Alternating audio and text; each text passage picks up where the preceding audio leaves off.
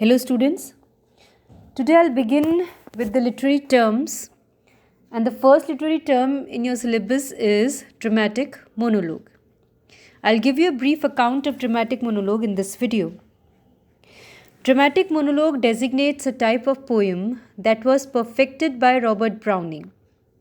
In its complete form, as represented in Browning's My Last Duchess, The Bishop Orders His Tomb, Andre del Sarto, and many other poems, the dramatic monologue has the following characteristics. First, there is a single person who is not the poet himself, utters the entire poem in a specific situation at a critical moment. For example, in My Last Duchess, the Duke is negotiating with an emissary for a second wife. The bishop lies dying.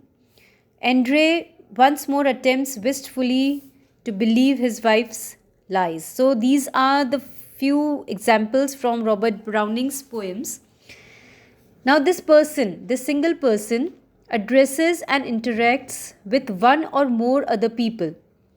But we know of the auditor's presence and what they say and do only from clues in the discourse of the single speaker.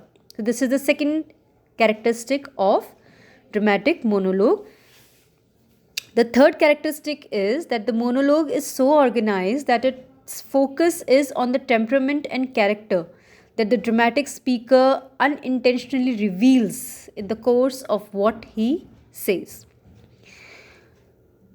Although even Browning, in monologues such as Soliloquy of the Spanish Cloister and Caliban upon Setebos, omits the second attribute, that is, the presence of a silent auditor.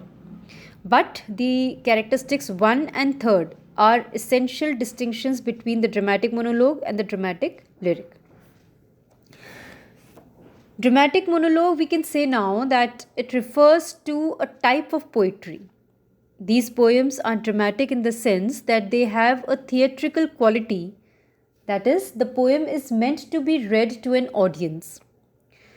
To say that the poem is a monologue means that these are the words of one solitary speaker with no dialogue coming from any other characters.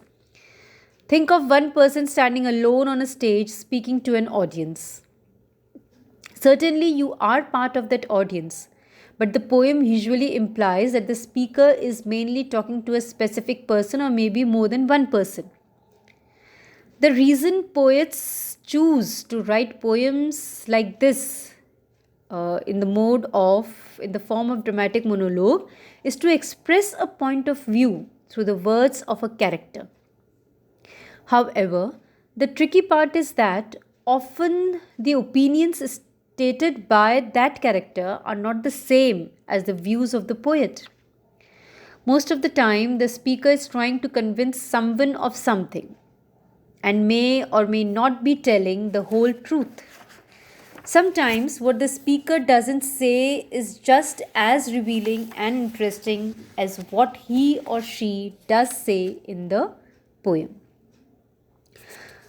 Now, Tennyson wrote Ulysses and other dramatic monologues, and the form has been used by Robert Frost, E.A. Robinson, Ezra Pound, Robert Lowell, and other poets of the century. The best known modern instance is T.S. Eliot's The Love Song of J. Alfred Prufrock. So that's all for the brief account of dramatic monologue. Thank you.